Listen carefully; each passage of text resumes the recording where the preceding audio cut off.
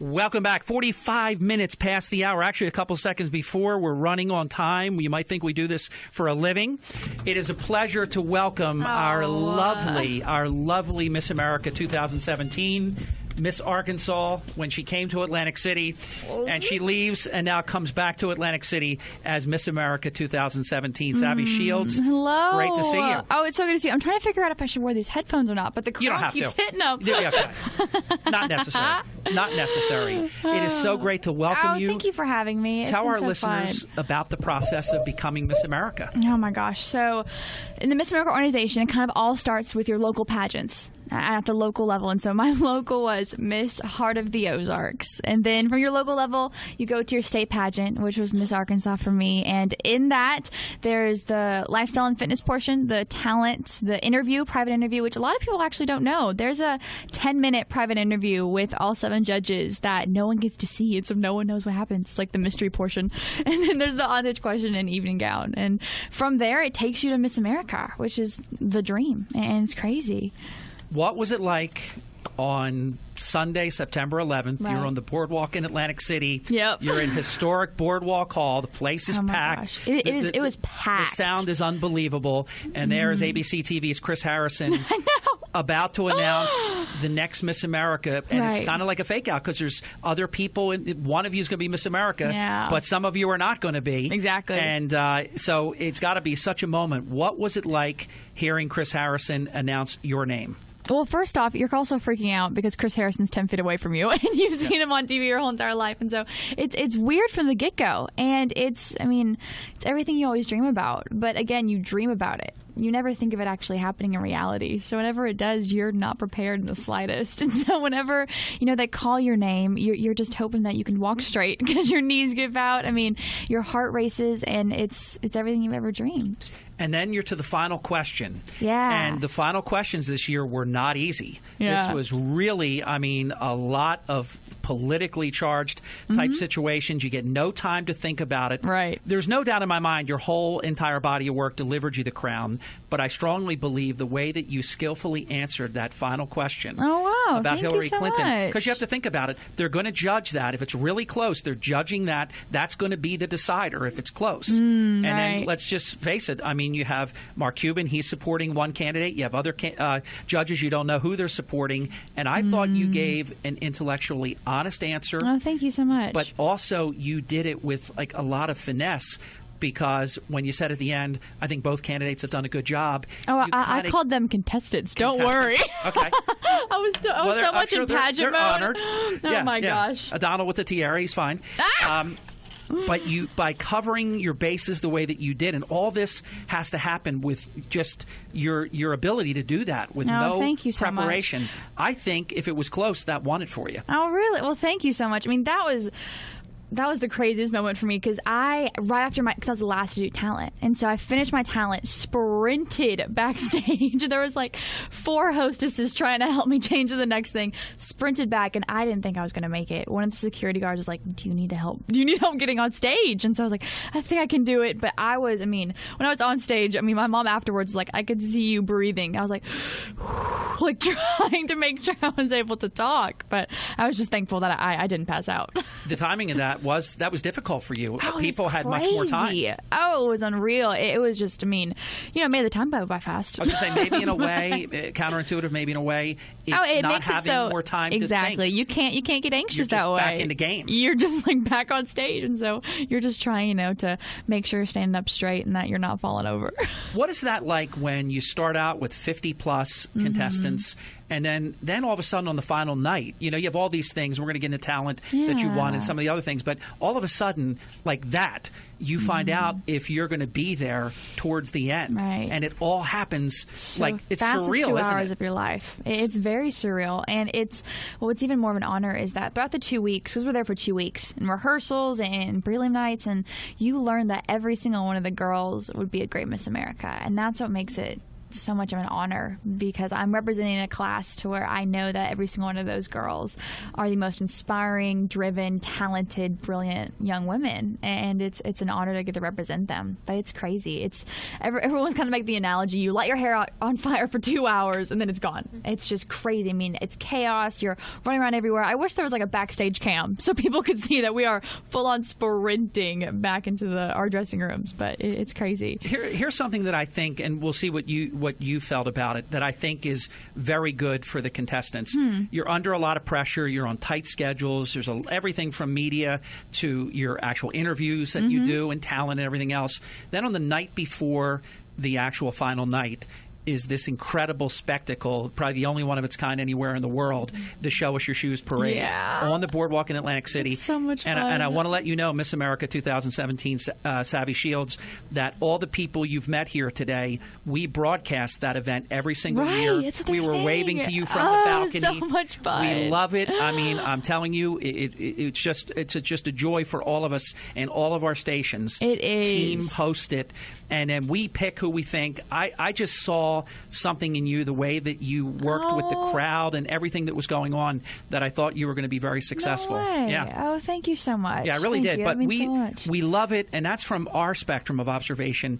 But what's it like for you? Because is that sort of a night that you can just relax a little bit? Oh, entirely. And it feels like it feels like from Thursday, the final night of prelims, to Sunday, those are the longest 2 days of your life. Friday and Saturday, you're like, please, like, I need to get my mind off of what's going to happen. And so Saturday during the Show Me Your Shoes, that is something we look forward to the entire week. And I mean, it's kind of like the Hunger Games. That's what everyone was kind of saying. You come out with, your state costume and your state cheers for you really loudly. And it's so much fun for us. It's something that we can just kind of put all of the competition behind us and know that whatever happens on Sunday is going to happen and it's going to be great, and there's a plan in that. But Saturday is a day where we can dress up in these kind of ridiculous costumes. I mean, I was a flower. Arkansas, our national state flower is the apple blossom, and so literally I had apple blossoms all over me, and it was so much fun, and I cannot wait to be a part of that again. I'm glad I get to. Did you give a lot of thought to how your car would look, how you would look? Well, we don't know our cars. How you would show the shoe, though? Well, yeah, you practice hiking your leg up there and alternating, because if you just have one leg, your leg's going to start falling asleep and it's going to get real tired. And so, there's a science to it. There's shifting weight, there's leaning back on your arms. It's all that jazz. But do you break it down? You know that you have these interviews. They're very, very important. You know you have the talent portion, and obviously you aced that on night 2. You won the talent competition. Yeah. Do you sort of break it down in pieces? Yes and no. I think that preparing for a Miss America organization and preparing for a pageant, it's a lifestyle. You have to practice your talent every single day towards muscle memory, and all you have to do is just press play. There's a way of eating where like you're eating and you're fueling your body because you are working so hard that you're going to get tired. There's eating healthy, there's working out, there's knowing how to get on stage and talk in front of people. It's a lifestyle. And so, I mean, yes, you do compartmentalize, but really and truly you have to think of it as not a way of life, but bettering your life and becoming the version of yourself that you're designed to be. What's some advice you can offer to those listening that might look to do this today or in their future, in terms of, I think the interview is so important, and I guess now you did very well. You couldn't be Miss America if you didn't. But when you leave, do you know if you did well? Or once you leave that interview room, you have no idea what they asked. And it's like 2 hours later when you go, oh, yeah, they asked me about that. Oh, yeah, they asked me about that. And so it comes to you slowly and surely. And I remember even like a couple days ago, I was like, oh, yeah, they asked me that in my interview. But, I mean, you're on such an adrenaline high. Whenever you're in that interview room, you're just trying your hardest to tell your story. And you're hoping that they see who you are. Do you spend a lot of time in terms of reading? Because you could be asked pop culture. Yeah. You were asked a hot political question. Right during the throes of this general election campaign in the final weeks. Yeah. And you could be asked anything. You don't want to be like the independent candidate, the libertarian, Gary Johnson, was asked about Aleppo. And he, deer in the headlights, what is Aleppo? Mm-hmm. And then the announcer was just aghast that he didn't know that it was a city in Syria, and he should have known it, and all this. Do you have to know a lot about a lot of things? Yeah, I think you do, but I think that the most important thing is you have to know who you are. or else you're not going to know what your opinions are. And you're not going to know how to articulate what you believe in and what you think on things. And I think that that's the most important, because it's more important to know who you are and be able to confidently say, I don't know, rather than to, I guess, memorize a fact and then state it. Or make up something that's not right. Exactly. Somebody observing might say, you know what, you can't say that about everything, but that was very honest. Intellectual honesty gets points when you just say you didn't know. Exactly. And that's a personal opinion, I think. But my best tip for interview is to seriously just know who you are and to be yourself in that and to be able to tell your story. 55 minutes past the hour. It's Miss America 2017. Savvy Shields for a few more minutes. We have until maybe a little bit past 10. This is a perfect opportunity about your platform, which I think is a really important, excellent one. Eat better, live better. Tell us your platform. So every girl in the Miss America organization has a personal platform, whether that's a critical issue, a charity, or something that they're really passionate about. And so I grew up in a super healthy home, very organic. My mom's from California and is kind of in the hippie vibe, and so we grew up in a very healthy home, but I never thought much of it. And then went to college and realized that I needed to start taking charge of my health, not because of I needed a diet or weight issues, but because it was a quality of my life issue. I was fatigued, loss of concentration, had extra mental and emotional stress, and I needed to realize that I was sick and tired of being sick and tired. So I wanted to make the recognition of the correlation between what I was eating and how I was feeling. And so hopefully I'll be able to do that. What I also think is very good about it, and if it's not the the hallmark of your platform, I think it fits well within this.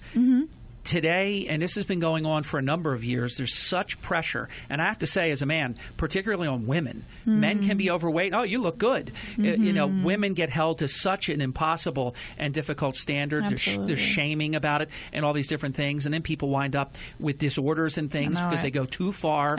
So this your platform of Eat Better, Live Better, I think really is very well-rounded. Well, thank you, and I hope so. And one of the things that I'm really passionate about telling people is that everyone's fit is different, and it does not look like a specific dress size, and it does not look like a certain number on a weight scale, but everyone's fit is different. And what I'm most concerned about is that you're treating your body well and that you're investing in your health long-term.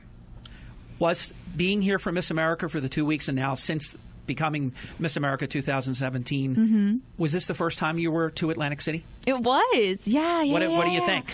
Oh, I mean, and I was left Atlantic City whenever I won to New York, California, across the country and back. And it was whenever I came back into the airport, I was just, it's like my Miss America home. It's where such an important experience and moment in my life happened, and so Atlantic City will always have a place in my heart because of it. Wasn't it also neat to see all the former Miss Americas? Oh, it's so special, and to know that so many of them were also crowned in Atlantic City in Boardwalk Hall, I think is just so important. Almost all. Exactly. Just a few haven't. Just a few, yeah. Now, your year ahead, what are you looking forward to? The people. I love meeting people. It's where I get my energy. And so I can't believe that because of this job now I will get to have the opportunity and experiences and be able to meet people that I never would have been able to meet without this. I know one thing, and our listeners don't know this, but in an hour or so before Miss America 2017, Savvy Shields was in our studio. You were here. So many people just loving to see you, it's smiling. So much fun. You engage with people very well. Oh, thank you. I waved to you and said, you're an awesome Miss America, and I know you are, and you're going to be. Thank you so much. And there can only be one Miss America at a time. What kind of Miss America do you want to be? Hopefully I can be a light. And hopefully I can be a person of hope and a voice for people that don't get the opportunity to. And I'm figuring, looking at my calendar, you've been Miss America for about 17 days. Almost, just about. What's it been like? It's been the best 17 days of my life. You've accepted. Did you accept the moment you heard it, or did it take a little while to understand that you are Miss America? I don't think I fully understood it yet. I still don't think I understand it. And I was talking to, I think it was my mom a couple of days ago. I don't know when I will hit me. It may be next year whenever I crown the next girl that I'll finally realize that I was Miss America. But it's such an honor, and it's something that I've dreamed about for so long that it'll take a long time for me to fully start living the dream. It's so competitive, and I have a family member that competed. It's beyond competitive, but there's also such an esprit decor, just decency, where I see genuine happiness. Like people hugged you when you won. Yeah, they didn't win. Absolutely. But there's a genuine, you can tell. There's a respect. And so it's something to be said for, it's okay to be happy for someone else. One of my friends, Miss Oklahoma, told me that night, or that next morning actually, that whenever I won, she felt like she won. And then I just lost it. I started bawling. But it's so true. I mean, you're with these girls for 2 weeks, and you're all kind of running on 2 hours of sleep. But you're in this together, and you're just so excited to become sisters. It's something very special that not many people experience. Do you... you knew this as Miss Arkansas, and you've known this throughout, the time you've been competing in pageant competitions. Little girls in particular, they just want to hug you. They want to run up. It's they the greatest want to touch thing in the world. you. They want to get their picture taken. They want to touch your crown and all that. And I've left Miss America 2017, and I'm hoping, and I think you will, give a shout out to a beautiful little 7-year-old. Oh, absolutely. We're going to make this available to her. I just wrote She's it down. in school right now. Her name is KK. KK. She is 7 years old. Yes, I started writing down KK. I haven't finished it yet. But and she's also a dancer. I know. Oh, So I love that. Give her a little shout out. Hi, KK.